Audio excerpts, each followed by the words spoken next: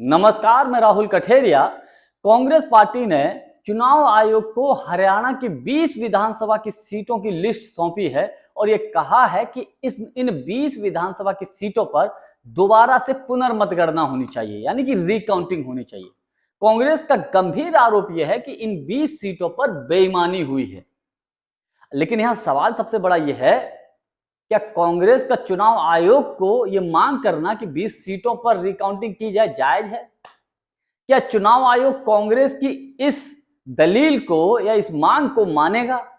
क्या कांग्रेस ने एक बार फिर थोड़ी सी लापरवाही नहीं कर दी? बजाय चुनाव आयोग जाने को कांग्रेस सीधा सीधा सुप्रीम कोर्ट चली जाती।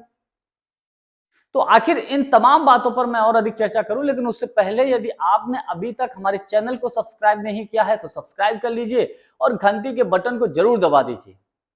देखिए, कांग्रेस पार्टी हरियाणा में जो विधानसभा के चुनाव में जो उसको हार मिली है उसको पचा नहीं पा रही है। और सिर्फ कांग्रेस ही नहीं, देश में कोई भी आदमी हरियाणा में कांग्रेस की हार को नहीं पचा पा रहा है। खुलेआम जहां कांग्रेस को वोट देने की वकालत हो रही थी, वहां कांग्रेस की हार, स्वयं भारतीय जनता पार्टी के तमाम सर्वे में ये स्पष्ट तौर पे आ रहा था कि कांग्रेस हरियाणा में सरकार बना लेगी। और मोदी जी, अमित शाह जी तो कुछ दिन पहले ही हरियाणा का मैदान छोड़ के चले गए थे। तो ऐसे में भाजपा का जीतना किसी के गले नहीं उतर रहा है। इसीलिए कांग्रेस ने मांग की है 20 सीटों पर पुनर्मतगणना की और यह कहा है कि जिन सीटों पर ईवीएम 99% चार्ज मिली, या यूं कहें कि 90% से अधिक चार्ज मिली, उन सीटों पर कांग्रेस हारी है। और जिन सीटों पर कांग्रेस लगभग 50 से 60% के आसपास ईवीएम चार्ज मिली, तो उन सीटों पर कांग्रेस जीती है। सवाल कांग्रेस का जायज है। सवाल यह भी है कि जिस मशीन से वोट पड़े हो, तो दिन भर जब चलती है मशीन तो कुछ तो बैटरी का जो बैकअप होता है वो खत्म होगा। भाई, पूरे दिन मशीन से वोट पड़े और जब काउंटिंग होगी 2-3 दिन बाद तब भी वो 99% मिले, ऐसा कैसे संभव है? इसका मतलब कहीं ना कहीं घपला हुआ है, कुछ ना कुछ हुआ है, ईवीएम बदली गई, क्या हुआ? तमाम तरीके के सवाल उठ रहे हैं। लेकिन सवाल यही है, क्या चुनाव आयोग कांग्रेस की बात को मानेगा? क्योंकि चुनाव आयोग तो खुलेआम भाजपा के लिए खेलता है भाई, भाजपा के एजेंडे पर चलता है। कौन नहीं जानता, जब हरियाणा के विधानसभा के चुनाव की डेट फिक्स हो गई थी, उस वक्त चुनाव आयोग ने भाजपा के कहने पर डेट को आगे बढ़ा दिया था। तमाम ऐसे समय समय पर लोकसभा के चुनाव में भी ऐसी चीजें निकलकर सामने आई थी जिसमें भारतीय जनता पार्टी का सहयोग इनडायरेक्टली चुनाव आयोग ने किया था। वोटों की हेराफेरी कैसे हुई थी, कैसे आंकड़ों के साथ हेराफेरी की गई थी, कौन नहीं जानता।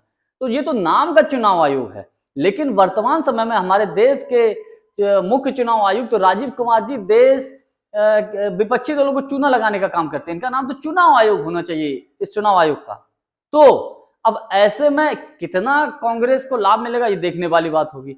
माननीय सुप्रीम कोर्ट में कांग्रेस को जाना चाहिए था। सुप्रीम कोर्ट में क्या था कि आपको याद होगा, जब महाराष्ट्र का विधानसभा का चुनाव हुआ था, महाराष्ट्र में अच्छी खासी महाविकास आघाड़ी की सरकार को गिरा दिया गया था। लेकिन जब ये मामला सुप्रीम कोर्ट पर पहुंचा था, तो सुप्रीम कोर्ट में कहा गया था, यदि उद्धव ठाकरे जी अपने पद से इस्तीफा ना देते तो सरकार को हम बहाल कर देते।